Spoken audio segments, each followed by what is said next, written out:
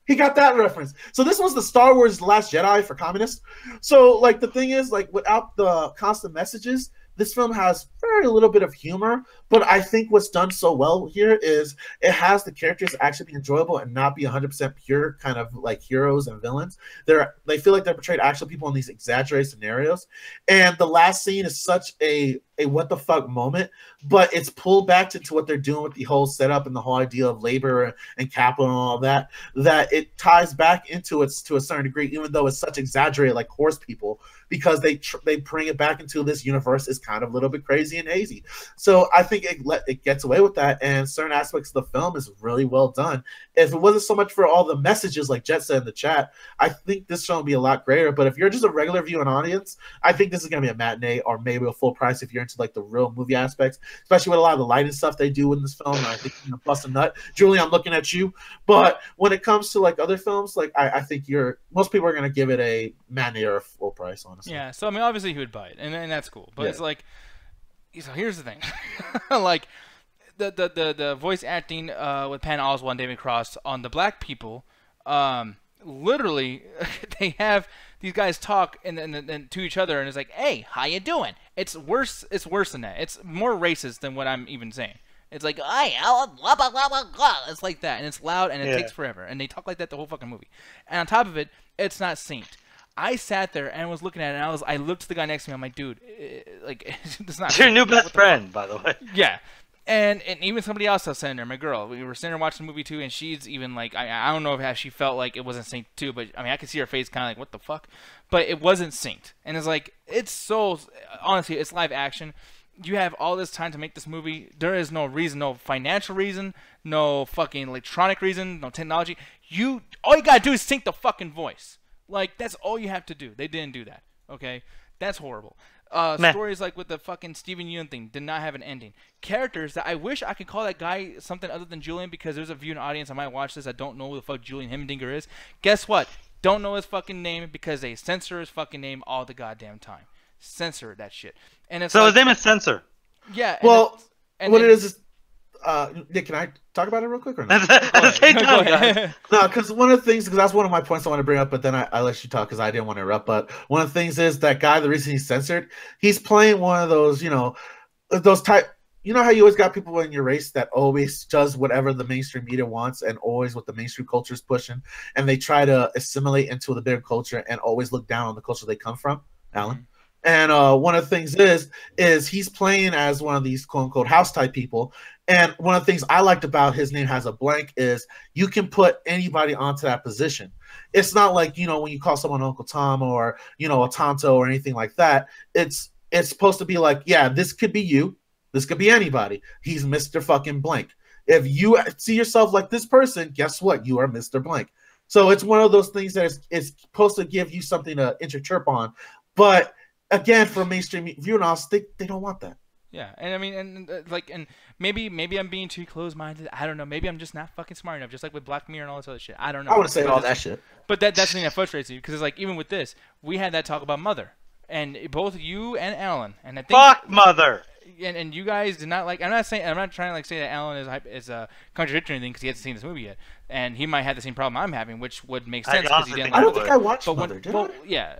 Well, no, you made the smart choice and not watched it. Yeah, I don't think I watched but like Mother. what I'm trying to say is, like, during that review, I remember like you even said, "Oh, that's bullshit," when we brought up the fact that they don't have names. These characters don't have names because it's supposed to be interpreted as Javier Bardem is God and Jennifer Lawrence is Mother Nature. Mother, hence the fucking title. Sure. And this movie does the same thing, but yet now it's okay because it's a fucking message. Well, it's again, like, I really think it depends, because like I'm listening to this review because I'm honestly probably never gonna watch it, maybe in a viewing party if we get bored. But it seems like Ganja's getting all of this because of the fact that a lot of this is specific to what he knows. And I think it's one of those things where this isn't a mainstream movie and it was never advertised as a mainstream movie. The problem is Mother was. So Mother is this. It feels like Mother and this is the same kind of movie. But like where Mother, it's like the whole movie was so dependent on you understanding this that when you don't, it's fucking stupid. Where a lot of what Ganja's describing, it's like, it feels like, for instance, like some of my favorite movies. I mean, you yelled at me for John Wick. It's like, Besides John Wick and a handful of other people, I don't know many of their names. They might not even get names, but the movie's not relying on that. So I guess my question is to you, Nick, like, does this movie rely on you knowing the names, or can you just look at the people and just continue the movie? My issue with the names is like just one issue, because like that has something to do with all these other issues of shit just not being finished. Like the horse thing, it ends like Ex Machina. There's an army of horses out there now that are free, and no one gives a fuck because there's a whole political divide of like these guys see the purpose of having enslaved workhorses, you know, because of reference and commentary. But then these horses end up becoming good on the other side too, because now they're helping the people that are not capitalists. And at the end of the movie, here's a really fucked up part too. The movie has an end title screen. It's like, sorry to bother you. Boom, the end of the movie. Blah blah. It was apologizing to you, Nick. Yeah, basically. And there's a part where there's, you know, Julian, that character, you know, everything has been gone to shit. You know, technically we beaten the bad guy, but then he's in his fucking house, and guess what? Our main character turned into a fucking horse. When he was already paranoid that he was going to turn into a horse, but they kept explaining, like, no, he's not turning your horse, your nostrils are not flaring up a certain way. You know, you're just feeling adrenaline. That cocaine was not this certain type of cocaine that'll fuck you up and turn you into a horse. Everything's fine. Oh, by the way, you're a fucking horse. What the fuck? What did he twist? Yeah, what did we? Yeah, it's a stupid fucking twist that was obvious, but they spent so much time telling you that's not going to be the twist, that now it's called a twist when it happens. Oh, go fuck yourself. Like, holy shit, go fuck yourself. No, I can tell you about it, and I don't think it'd be something I'd like. I kind of glad I avoided this. I actually did love that ending because one, of course you did. Like, it's irritating as fuck because this is like some Julian shit now. It's like, what the fuck? The only reason I love that ending because I didn't want to do that generic ass. Oh my god, we run the riot, everything's over now. Let's show you the good life. It shows like, no, he still got fucked over and he's got to go fuck this dude up. It's not ending on like this little happy note, like, oh, we're all a family now. Look, us all in this little neighborhood that ended capitalism. I like that because it showed that the shit's gonna continue and you got to actually keep fighting back. So. That's what you think. And another thing, these fucking horses, they talk, and they're bros. There's a part when all this shit's happening at the third act, and all this crazy shit going on. They're like, hey, bro, I got you. We make fun of Fallen Kingdom, Jurassic World. We talk all this shit we can. Ganja going to even see movies talking shit. And we talk about, man, it's stupid how the T-Rex looks at the person and is like, yeah, I got you, bro. He doesn't say it because the T-Rexes don't talk, but he makes that face. This movie goes as far as to literally say it. Literally, I'm sorry, and you're, by all means, you can yell at how kind of weird is that movie. Stop comparing it to Jurassic Fallen Kingdom. We yell at that movie for different things, dude. No, I know that, but like the thing is like Ganja shit on that movie just by your review, and he shit all over it. And I'm like, that's the thing but the difference here is Nick. It calls back to the story. It's not one thing for the final scene of End Monster. It goes back to like they are exploited workers, and so are we. We know the struggle. But they turned into horses. At the end of the day, when they turn into actual live-action horses, by the way, the entire time they're in frame, Alan, do you like looking at dicks? Like big, long, hard fucking dicks? Well, I got the one I got to deal with right now, but that's it. Because every time they're on screen, it's a huge cock in the frame. I got to look at dicks. I think that's just to drive the message home, and it's like, yeah. Yeah, it seems like that seems to be a problem with a lot of this movie because the whole beeping, 200 beeps, and that whole thing on stage of yelling the N-word. It's like I think a lot of this movie just doesn't understand. Yeah, you're going too much into it. Like I can see exactly what they're doing. They're trying to be shock value to be like, yeah, workhorses, people, all that shit. But it's like it seems like it goes too far too often. And that's how I felt it was a difference because the characters actually called back. They are in the same struggle as the workers. What was his plan to build these horses so he can exploit their labor for the cheapest and hopefully they don't complain about being workhorse all day and just being slave labor, whereas the humans understand that shit because they have the same oppressor. And that was the whole reference there. Yeah, it was done in a shitty like yo my man kind of stuff, but that was to show unity and solidarity between the two. I give this movie a fuck it. I hate this movie. This is literally the worst movie. As I talk about this and think about scenes where there's even a scene too where just like the guy goes in this room and we have to see him run through a hallway so we can hear the dialogue of the machine saying, "You have a big hard cock. You're gonna make those sales because your dick is so hard and long. You're fucking amazing, and you have really big muscles. Stretch those muscles out and work out those vocal cords. You have a huge penis." Literally, I just quoted it, Alan. That's literally, and it says it multiple times, because every time he walks in, you gotta hear it, and the whole beep beep beep beep beep beep, beep shit happens again. That's not the only time that shit happens either. There's this white girl who's looking at him we had to see their entire awkward elevator ride while she looks at him saying, "God, you look so sexy. God, I want to fuck you. God, you look so sexy. God, you look so sexy. God, you look so sexy." The entire whole minute. The elevator fucking journey is in real time, y'all. Fucking hate this fucking My favorite movie. elevator journey is real time. Yeah, that's what I want to see in a fucking movie. I want to be in an elevator. Oh man. Oh, then you should go see Devil's Elevator. It'll be great for you. Jesus. Or the fucking movie Devil. Christ. Yeah, or Devil. I hate this movie so much, and this is 2 for this year. Him thinking that the betrayal of rape was great in L. It was portrayed nicely, whatever the fuck that means. And this horse shit. I fucking hate this movie. It's easily my worst. If it wasn't for L, because L didn't come out this year. If it wasn't for that, though, like, yeah, this is the worst movie I've seen this fucking year. And I know Julian likes it. I know a lot of people do. It's fucking racist. It's fucking stupid. They don't pay attention to the shit they do. They hang on jokes too long. It's too fucking long. And it has a twist that's not a twist, but it says it's a twist because twisty twist. So it's like a WWE episode? No, not even slightly, because at least they know how to just as end the segment off. Like yes, with a Butterfinger commercial. Good lord, I hate this fucking movie. And honestly, it's like, I don't know, the whole capitalistic thing too is like, you know what sucks the most about this fucking movie is that they actually gave capitalism a point. And I'm like, aren't you supposed to like negate capitalism? And you actually gave them a point. And it's like, you fucking morons. Like, I hate this fucking movie, but. Here's the thing, though. It's not for you. Look, I'll tell Alan. Oh, fuck you, man.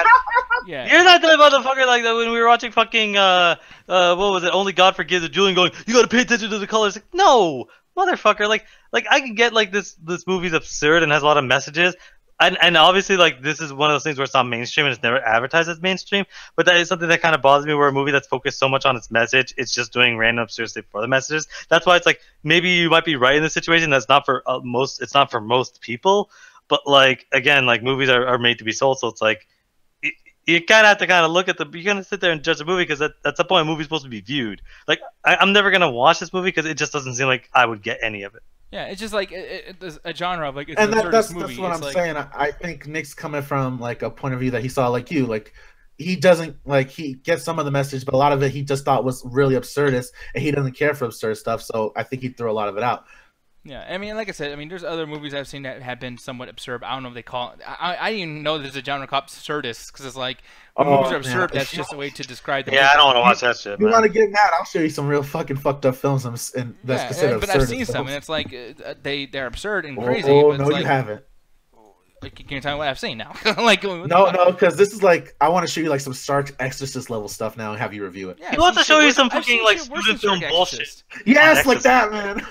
Yeah, I've seen shit worse than that. But that's the thing that's crazy about this is like, it's not, and the movie's not even that absurd. It's just like mindless. Like the whole idea, if this was like a horse like attacked the fucking Rome movie, that would have been okay.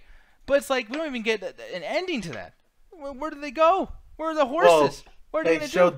Well, they show. You sound like a crazy person. Yeah, but where are the horses? Yeah, but at the end they literally show like they're going to kick the dude that created their ass and probably kill him. Like it kind of gives you an ending for the horse plot a little bit.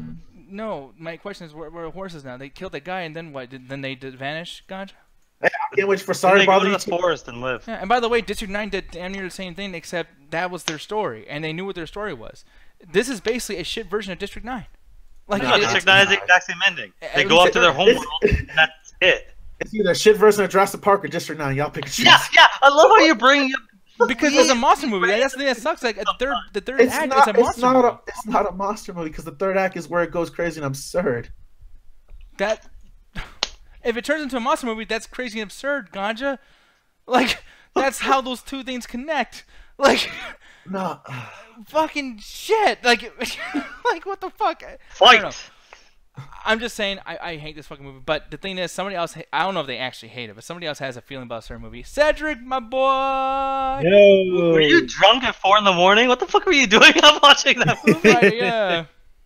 Actually, I was just figured, hey, it's Friday. I ain't got shit to do. And I figured, you know what? I haven't seen this movie. I know you guys kind of streamed it at one point. I guess my internet crapped out at the beginning of it. So I just figured I'd watch it. And honestly, I don't know what you guys see in the movie. I'm not going to criticize you guys for liking the movie because you like what you like, but I came for the humor. The humor wasn't there. I understand the memes. I understand the context of the memes now, which I guess is great for me. But but outside of that, the comedy wasn't there. I never liked toilet humor, and obviously this movie has plenty Oh well, of toilet Ganja humor. loves it. So. I never liked toilet humor. I never really loved or liked weed humor, and there's plenty of that in there too. You damn right. And the plot, if you want to call it that, is all over the place. And the best part of this movie is Debo. But even then, he should not even have been in the final fight or whatever, because the main plot was about Big Worm. I think that's the name. Big Worm. They owed him the money. Yeah. So if anything, the final thing should have had something to do with him. So the plot's all over the place. The humor's not there. The characters to me aren't even likable. Aren't likable at all or relatable at all. And it's just a complete mess to me. Just a complete mess. It's an hour and a half of a boring mess. And by the way, he is talking about Friday for people that don't get it, but it's like, I don't think this movie necessarily has a plot. I think this movie is literally a day in the life of just people kind of dealing with this stuff. So a lot of the stuff that happens is just people just kind of going through living their lives and that kind of stuff. And I think that he does like that. There's so much of this movie that just random things are happening, but it is trying to portray what is it like for just take a snapshot of like our day, and setting up the Minachata, getting all this shit ready. It's like there's certain levels of comedy, there's certain levels of randomness, but I don't walk into a fucking call going, I am Alan and I am part of the yada yada. I just walk into my question. So let me ask you this question: Does that make for an interesting movie? Yeah, it was fine. I remember the first time I watched it was in the after hours, and I was like, I'm like sitting there, oh boy, this is the most like edgy thing of ours. I'm like watching, going, yeah, I'm kind of just enjoying just going along for the ride that these two crazy idiots are going on. Well, sometimes I wonder too that being Ganja, like that entire sequence could have happened to us in New York like 100 times. No, one thing I will say too is like one thing about this movie that I always ask myself, which is I'm actually kind of interested, and I mean, granted, he already told me a lot of things, but it's like I was interested in what Cedric was going to say, because I sometimes wonder if I just like this because of nostalgia about me watching this when I was a kid. But the thing is, like, as you even discuss it now, what was so special about this is the fact that it's unpredictable. Bernie Mac. What? Yeah, Bernie Mac's in the movie. I forgot Bernie Mac was in that. Yeah, shit. But yeah, it's like the thing about this movie is like when it comes to these situations, like, and here you go, like Bernie Mac. That's a good example of like this is a guy who was a star at this time, and he is known, and he's known now. But you see his character just pop in, and it's not a cameo. He is a character. He does have a story. He does have a purpose, a goal, and it's ended, etc. But the thing is in real life, you're not going to have all your characters at your house all the time. Maybe mom's at work. Maybe dad's, cheating on the wife. Maybe your friend has to go take a shit, which Smokey has to go take a shit. Like, there are situations where it's like you're not guaranteed to have all these storylines happen in a certain way that most stories would, because life is fucking crazy. And that's what's so cool about this. I mean, building a universe. There's only one more movie that built a universe as good as this, believe it or not, and that movie was Tangerine by the guy who did Florida Project. Where when I watch Tangerine, and it's filmed on the iPhone, but watching that movie, what they do is they go around the block and they go to these streets and corners, and you follow this guy in a taxi cab, and all these characters are in these areas where I start to learn locations. I start to learn who hangs out where, if they're gonna go in an area, what's gonna happen. This is how this world is. And Friday, I know how far away Smokey lives from Ice Cube, so it's like when Smokey's away from Craig, who's the Ice Cube character. When he's like taking a shit or whatever, I'm like, okay, no, he needs to be back before this. When Ice Cube starts doing something else with another character, I know that Smokey's right around the corner. And just like in real time, when something starts happening around then, I'm like, holy shit, that matched up perfectly. Like, if there's a character now on screen, it's not like when you're playing with your toys where you just let one action figure go while you're having these two talk or fight or whatever. These characters are doing something important, and they're all going to link up yet again. You know what I mean? And yeah, I love that because it makes every character a main character. Like the villain, you can say it was Big Worm, Cedric, but I think that every villain was a main villain. It was Big Worm. It was Smokey's mom in a sense. It was fucking Debo. Like I think they were all like very, very important main bad characters because of the fact that it's like this is just one day, and these two have fucked up this day completely. But I mean, does that change anything in your opinion, though, Cedric? Like, but at the end of the day, I feel like I've seen movies where that's done better, like A Day in a Life, and two guys that's messing up, they try to fix it within a day or whatnot. I've just seen it done better and done more entertaining. And I get you guys ask, but that does give me a little different view on the movie. But at the end of the day, that's an hour and a half that I went back and at the end. Well, you clearly saw Harold and Kumar, which is the exact same plot, except they're just going out to get food. Either way, either way, I was very truly a cinematic masterpiece. No, Friday or Harold and Kumar? Both. No, you're wrong on both accounts. Yeah, but I mean, like in like, as far as being born, yeah, there's parts where really just sitting down. I mean, and I will say, like, I get mad about movies like eating all the time. Are they eating though? No, but they're smoking, and which is just as bad at a certain point. And there is a part where they are eating shits, watching music videos on BET, which I was like, okay, I mean, it is what it is. You know, people eat, and I mean, like. Oh, okay, but he'll get mad at other stuff. No, I will if it's used for filler. But this movie is so short that it's like it's not a big deal. On top of the fact that, like, when they're eating, something's happening. That dude eats, and then the phone rings. He gets this situation with his fucking mom. The girl comes in from the front door. There's so much shit happening at every single minute. That's like. There's not one point where I can breathe that they don't have some kind of storyline development going on. I mean, there's even a point where he's like, "Hey, man," like he tells a story about, you know, like you guys have sugar, no this, you know, coffee, you know, creamer, blah blah.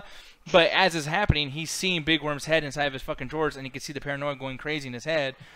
You know, there's always something going on, and then you have a reason too why Smoke would go back home, and blah blah blah. You know, it's all this shit's like just moving like at a certain pace where it's like I can't. It's almost like I can't keep up, but it's so chill that I can because I've lived my own life. I know how this shit works, you know. And I don't know. I love that shit so much. But like Ganja, like after not seeing this movie for so long, I don't know when the last time you saw this movie. But do you agree with Cedric? Is this like just nostalgia for you? You think it's shitty? Nah, because this is one of the things that I kind of get on Alan for.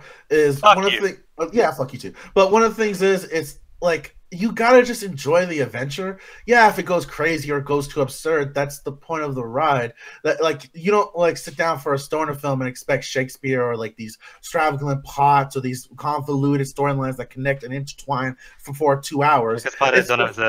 Because it's supposed to be enjoyable. No, that's for you, but some people just want an enjoyable ride that has a few jokes and it's just basic humor. Not everybody needs, you know, a very stern, like, haha, let's make a comedy, but let's do something dark within it and just do a dark storyline. Some people just want a day in the life of just two people that live in a neighborhood and constantly have wacky characters to deal with. Hell, I could make a fucking movie out of this from all the stuff I've told you guys in dealing with my neighborhood. So it's just trying to exchange those stories that we all have from growing up in crazy neighborhoods. And it's a common in these films. And I think that's a strong aspect, and I think that's why these like Friday is going to be one of these films that everyone's going to go back to because it's more based on realism than rather just jump into plot point, trying to get an overall story arc done for the wrap up of the 2 hours. It's more just, hey, just ride with these guys for an hour and a half with their life, all these characters they do. Maybe they'll smoke a little weed and trip out a little bit, but it's overall just trying to have fun and enjoyment. It's literally the definition of escapism.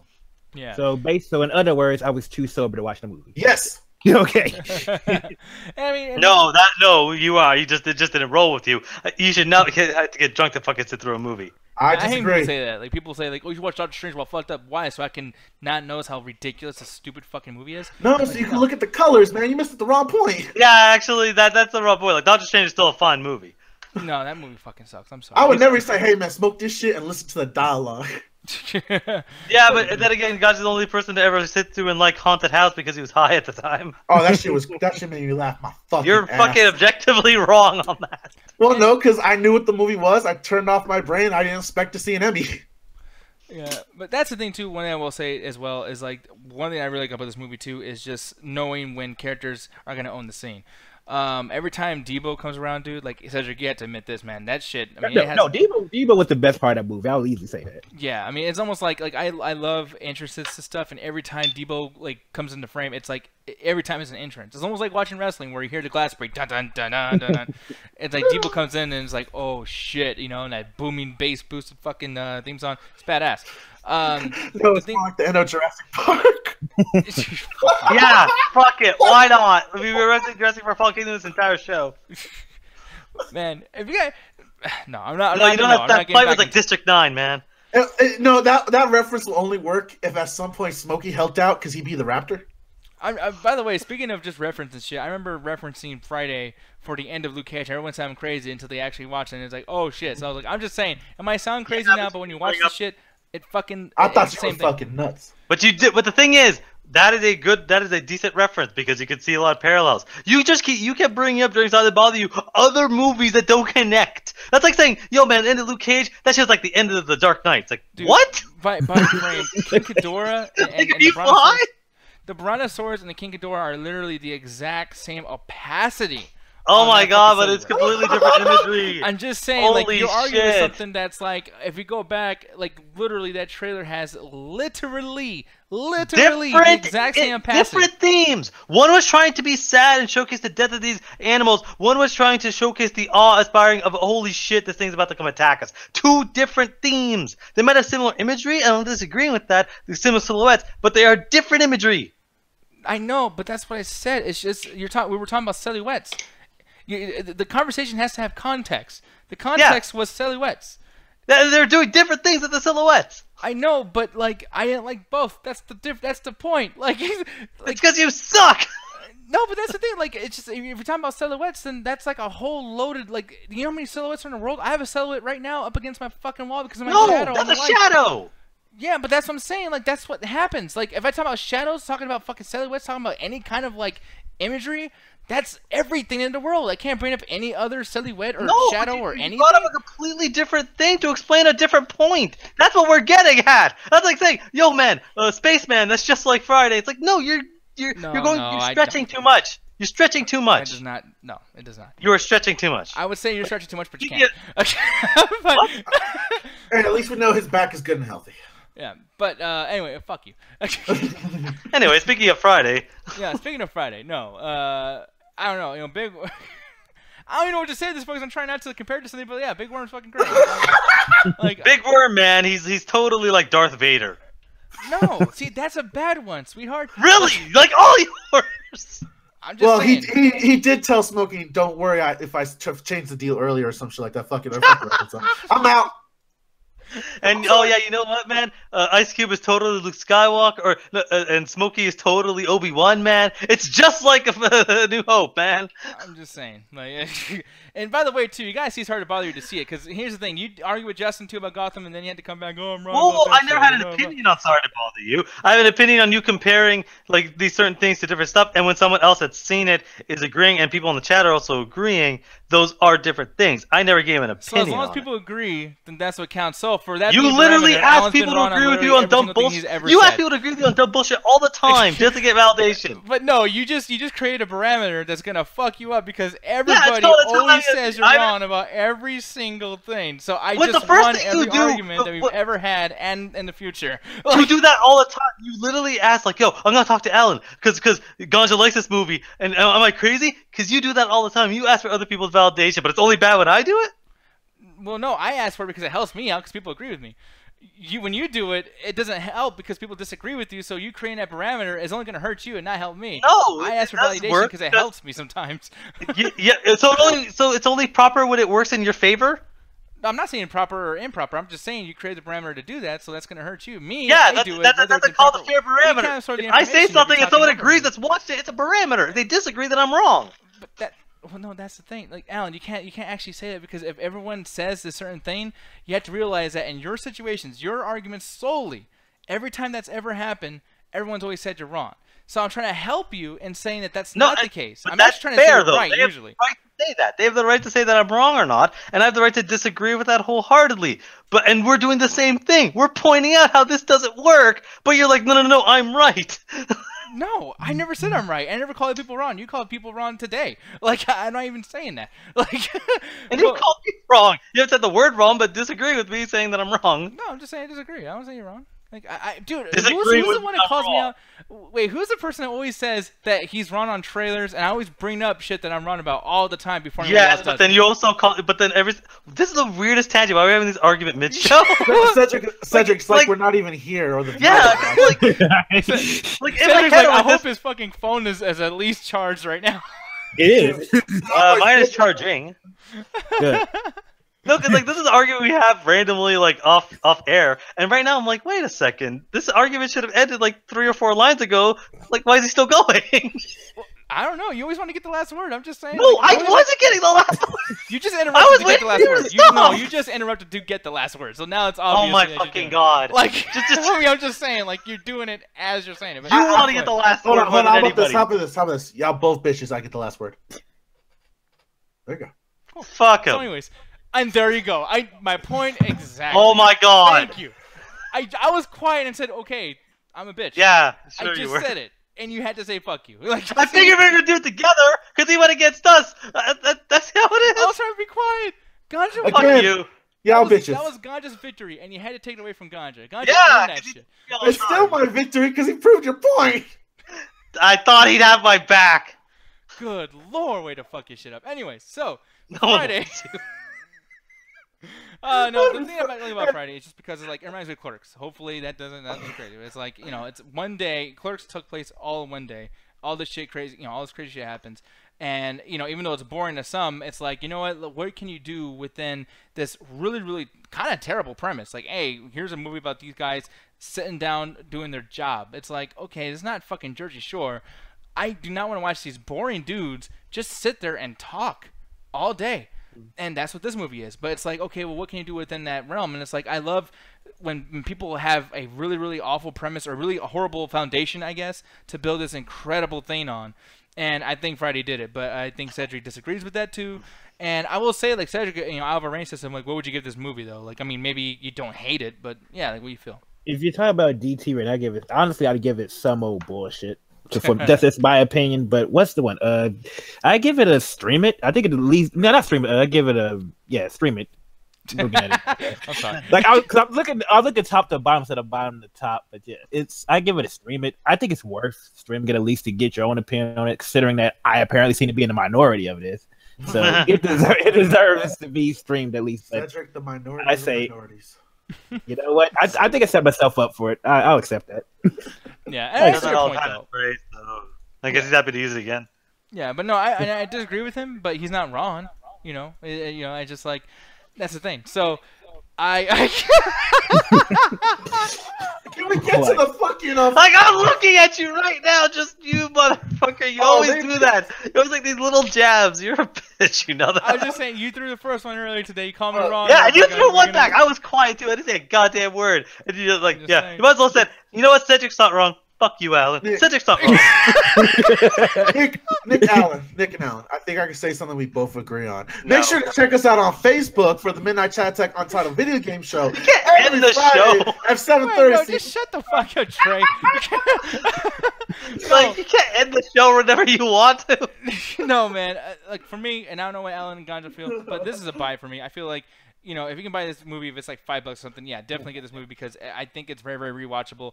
I will say, though, there was a fucking version of this that was on VHS that didn't have a lot of shit that was in here that didn't land. There's a part, even in this, in the new one, in the beginning where that one girl's like doing her hair and she's just chilling on the bed and she's like, there's no music, there's no nothing. And I was like, you know what? Yeah, exactly. It was like that.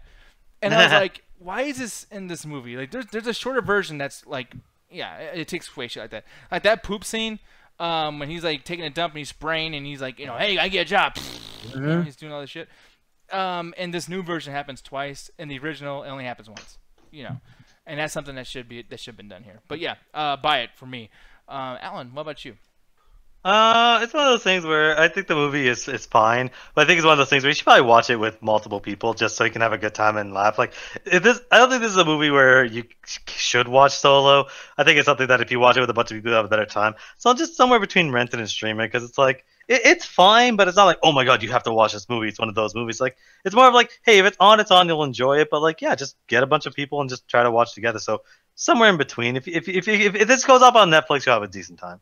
And Mr. Ganja Guru, go ahead, sir. Well, you know, I already said it's something you can enjoy, so I'm going to give it a buy. That's pretty much my statement on this situation because it is a great movie. Just have fun with it. Stream it if you're about stoner films, but honestly, if you like a good time and laugh your ass off with friends, buy it. Exactly, yeah. So see, like we disagreed. You know, Noe was wrong here. Shut the fuck up. You know, ain't no one. You know, like from this side, no one's telling you, but yeah, shut the fuck up. You know, but I mean, over there, you do have someone cussing. Those irresponsible people over yeah, there. you know, just volatile. Yeah, well, why don't we go back to your review of Sorry to Bother You? Yeah, we can. Yeah. Wait, what was that? It's like another movie. But I let Hinek have the last word. And this is why it's taken. So, anyways, I do have the last word, and that last word is going to be that Ganja last night did a great show on the video game show, you know, and he did it with Alan, but that doesn't matter. Like, I was there too. Yeah, I mean, he was there also. But Yeah, there we go. Damn it! I should have said that. No. Alan wasn't there. We had Penelope. She did a great co-host segment. She can actually talk. It's maybe 5 words, but it's very intelligent for the video game show, which is on the Facebook page every Friday at 7:30 CST time. Make sure to come check us out, where we do some good video game conversations. We tag to the chat. We even yell at each other like we do on the Midnight Chat Tag. Sometimes a little more viciously because Alan does not let me prove my point with his yelling ass. Exactly. He really doesn't. It's kind of crazy. He's kind of an asshole. Go ahead, Alan. What about that mean opinion? Y'all are all fucking insane.